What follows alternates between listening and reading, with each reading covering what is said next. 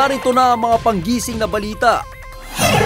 Loren Legarda, Cheese Escudero at Grace Poe tuluyan ang inilaglag ng United Nationalist Alliance. Nagulat na akala ko nung biglang maanghang at masasakit na salita ang binibitiwan nila. Salamat na lang po sa pagkakataon. Hindi magbabago ang aking pagtingin at ang aking respeto sa kanila. Jeepney driver na gusto maipagbalikan, hinostage ang dating kalivin at kanilang mga anak.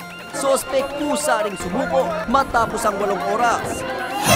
3 Chinese drug lord na itinakas umano habang papunta sa korte sa Cavite. Posibleng nasa Taiwan na. Mga natakasan na jail guard, hindi raw sapat ang ipinatupad na seguridad. Ilang miyembro ng NPA na umatake sa plantasyon ng pinya sa Bukidnon. Mga menor de edad pa raw. Mga rebelde, nagsorry sa pamilya ng gwardyang napatay nila.